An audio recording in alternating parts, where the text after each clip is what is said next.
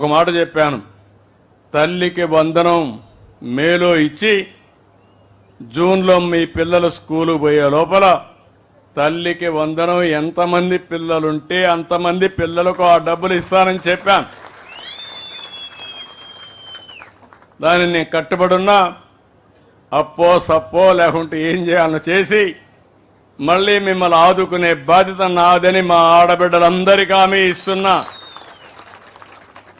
మొన్నే మీరు చూశారు, వంట గ్యాస్ సిలిండర్లు నేనే ఇచ్చాను ఆ రోజు డాక్రా సంఘాలకి. మొన్ననే మళ్ళీ మీరు ఆ వంట గ్యాస్ సిలిండర్లు కూడా ఆటకెక్కిస్తే ధరలు పెరిగిపోయినాయని 3 సిలిండర్లు ఇస్తారని హామీ ఇచ్చాను. దీపం 2 కింద అప్పుడే ఒక సిలిండర్ ఇచ్చా. ఇప్పటి నుంచి 4 నెలలకు ఒకసారి మీకు సిలిండర్లు ఇచ్చే బాధ్యత నాదని మీ అందరికీ హామీ ఇస్తున్నా. ఇంకొక పక్కన రైతులకు అన్నదాత 20,000 రూపాయలు ఇస్తా అన్నాం. కేంద్రం 6,000 రూపాయలు ఇస్తా ఉంది.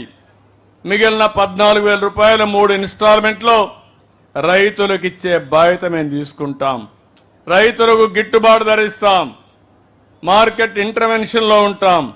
ఏ రైతు ఇబ్బంది పడకుండా ఏవైతే ఈరోజు సంస్కరణలు వస్తున్నాయో, టెక్నాలజీ పెరిగిందో అవన్నీ ఉపయోగించి మిమ్మల్ని ఆదుకుంటామని చెప్పి కూడా నేను మీకు తెలియజేస్తున్నా. సముద్రం పక్కన మనం చూస్తున్న మత్స్యకారులు ఉన్నారు. చేపలే వృత్తిగా జీవిస్తారు. మేలో జూన్లో మళ్ళా చేపలు పెరగాలనే ఉద్దేశంతో వేటను నిషేధించారు. అందుకే వాళ్ళందరికీ ఇంటింటికి 20,000 రూపాయలు ఇస్తారని చెప్పాం. ఏప్రిల్లో ఇస్తామని చెప్పి కూడా నేను మీకు తెలియజేస్తున్నా. ఇలాంటి కార్యక్రమాలతో మనం ముందుకు పోతున్నాం. ఇవన్నీ చేస్తున్నాయి. ఈరోజు నేను ఊరు కూడా చూశాను. ఈ ఊర్లో డేటా చూస్తే చాలా వరకు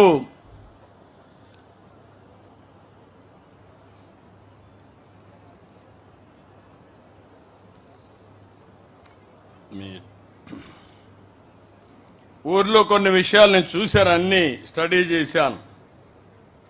996 మంది జనాభా ఉన్నారు ఊర్లో.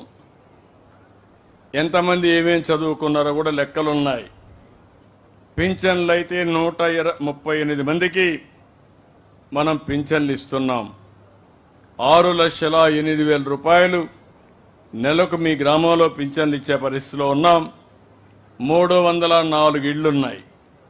304 ఇళ్లు, 138 పింఛన్లు. ఆ విషయం మీరు గుర్తుపెట్టుకోవాలి. అందుకే నేను అన్నాను, ఆవరేజ్ రాష్ట్రంలో 2.5 ఇంటికి ఒక్కొక్కరికి పింఛన్ ఇస్తున్నామని చెప్పాను. ఇంకో పక్కన మీ ఊర్లో చాలామంది వ్యవసాయం పైన ఆధారపడుతున్నారు, కూలి పనులు చేసుకుంటారు. కొంతమంది ఆటోలు అయితే 50-60 రూపాయలు ఖర్చు పెట్టి 40 కిలోమీటర్లు పనిచేసి మళ్ళా తిరిగి వస్తారు. అంటే 40 కిలోమీటర్ల పని కోసం పోతున్నారంటే ఈ ఊర్లోనే పని కల్పిస్తే మీరు ఎంత ఆనందంగా ఉంటారో మనం ఆలోచించాల్సిన అవసరం ఉంది. దానికోసం శ్రీకారం చుట్టాల్సిన బాధ్యత ఈ ప్రభుత్వం పైన ఉందని చెప్పి కూడా నేను మీకు తెలియజేస్తున్నా. ఇప్పుడే నేను సెల్ఫ్ హెల్ప్ గ్రూపులు కూడా చూశాను. కొంతమంది అయితే పచ్చళ్ళు చేస్తున్నారు.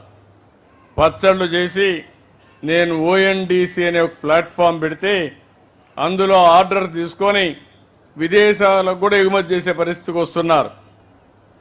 ఇది ఒక వినూత్నమైన కార్యక్రమం. చీరలు నేసే వాళ్ళని చూశాను. తిండి పదార్థాలు, చిరు పదార్థాలు, చిరుతిండ్లు చేసేవాళ్ళని చూశాను. ఇంకొకరైతే పిల్లల్ని డాక్రా సంఘాలు ఈ మ్యూజిక్ ఇవన్నీ పెట్టి ఇవి చేసే పరిస్థితి. కొంతమంది టెంట్ పెట్టి ఇవన్నీ ఏదైనా మీటింగ్లు వస్తే మరి టెంట్లు వేసే పరిస్థితి కూడా వచ్చారు. అంటే మనం అందరం ఒకటి గుర్తుపెట్టుకోవాల్సిన అవసరం ఉంది. ఈ ప్రభుత్వం ఆలోచించేది ప్రతి ఒక్కరికి పని కల్పించాలని. ఆ పని చదువుకున్న వాళ్ళు ఇంటి దగ్గర కూర్చొని పనిచేసే విధానానికి వర్క్ ఫ్రమ్ హోమ్ అని, లేకపోతే వ్యవసాయంలో కూడా మోడర్నైజేషన్ చేసి మిమ్మల్ని అందరినీ ఏ విధంగా ముందుకు తీసుకుపోవాలో తీసుకుపోవడం కోసం ముందుకు పోతున్నాం. నేను ఒక ప్రోగ్రాం ఇచ్చాను, జీరో పావర్టీ అని. అంటే పేదరికం లేని సమాజం.